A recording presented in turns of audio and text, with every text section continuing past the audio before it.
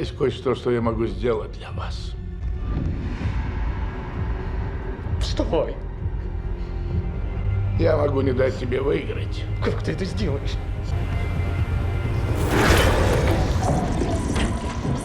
Привет, друзья! Меня зовут Олег, и вы на канале Киногост. «13 грехов» 2014 года, 15 Sins, американский ироничный триллер, фильм ужасов режиссера Дэниела Штамма, ремейк тайского фильма «13» 2006 года. Психологические триллеры, завязанные на сложном моральном выборе, снимались всегда, но развернулись в полную силу с появлением «Пилы», цикла, который постоянно заставлял своих персонажей выбирать между плохим и очень плохим. Чтобы заработать, неудачник Марк Уэббер соглашается выполнить 13 странных заданий. Что лично вы готовы делать за деньги? На первый взгляд простой вопрос, но ответы на него могут получиться не такими однозначными, когда сумма вознаграждения увеличивается на порядок, а выполнение очередной задачки повлечет как минимум 2 состава преступления.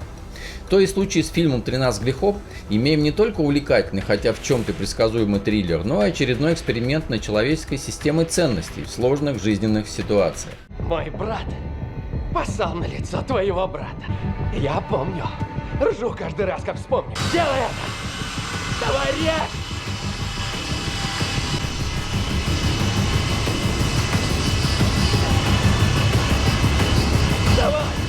Фильм «13 грехов», актеры и роли: Марк Уэббер, Эллиот Бриндл, Девон Грая, Майкл Бриндл, брат Эллиота, умственно отсталый, Том Бауэр, отец Эллиота и Майкла, Рутина Уэсли, Шелби, беременная невеста Эллиота, Рон Перлман, детектив Чилкот, ведущий дело Эллиота, Пруит Тейлор Винс, Воглер, расследующий теорию заговора о выполнении 13 заданий.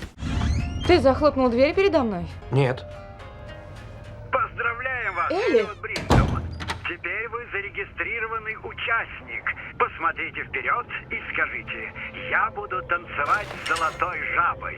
Я буду танцевать с золотой жабой. Превосходно. Триллер «13 грехов» является ремейком комедийного фильма ужасов «13. Чукается Квиракл» 2006 года.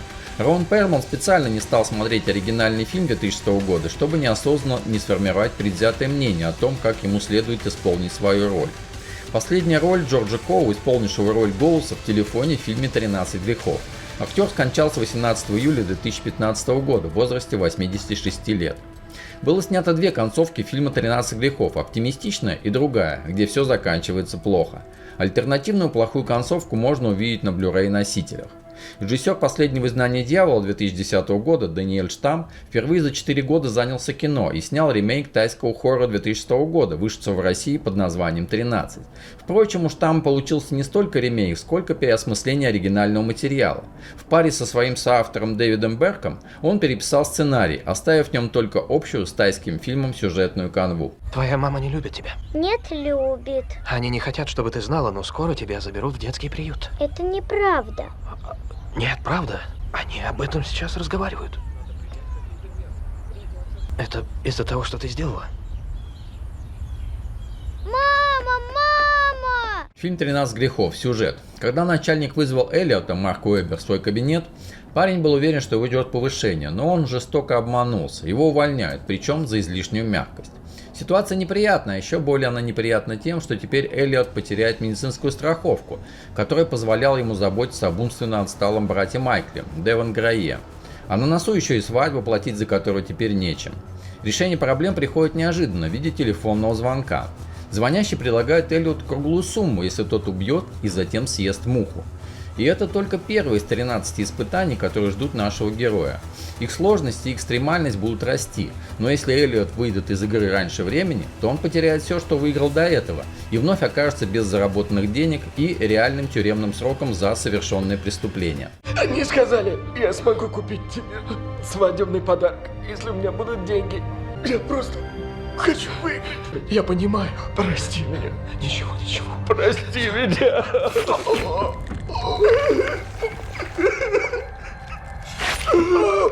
«13 грехов» нельзя назвать шедевром, но это определенно интересно неглупое кино, о просмотре которого вы совершенно точно не пожалеете.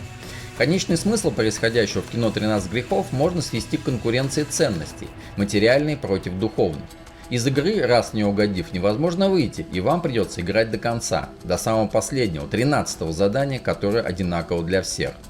Фабула фильма «13 грехов» 2014 года, мягко скажем, не нова. Идея триллеров со зловещими инструкциями начала воплощаться в мировом кинематографе примерно с 60-х годов прошлого века. Но у «13 грехов» есть ряд несомненных достоинств, которые выделяют данную ленту из общего потока продукции такого рода, будь то «Пила» или «Голодные игры». Во-первых, кровавых подробностей в фильме предостаточно, но они отнюдь не являются самоцелью и меркнут перед физически ощутимым процессом превращения человека в монстра. Во-вторых, в фильме мастерски нагнетается напряжение за счет циркового антуража, который в фильмах ужасов обычно выглядит особенно пугающе. Этот парень мертв. Вы слышите, он мертв. Это вы убили его.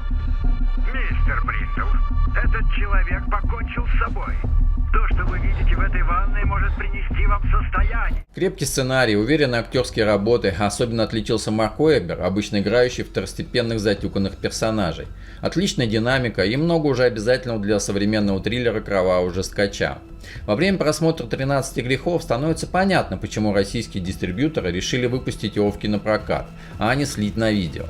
Фильм «13 грехов» 2014 года подобен новелле Стивена Кинга, которую читаешь с детства, дрожишь, но страшно хочется знать, что будет дальше, а дальше такое, а потом еще такое. И это здорово, ты почему-то радуешься как дитя, найдя в разноцветной куче голливудской развлекательной продукции хоть один фильм, которому можно отвесить самый ценный комплимент, просто назвав его интересным, просмотр которого точно не зачтется в ваши 13 грехов. Меня зовут Жанет, и я буду вас обслуживать. Отлично, Чаевые? просто обслужите меня. Не нужно объяснять мне всю процедуру. Моему другу срочно нужна чашка кофе. Спасибо.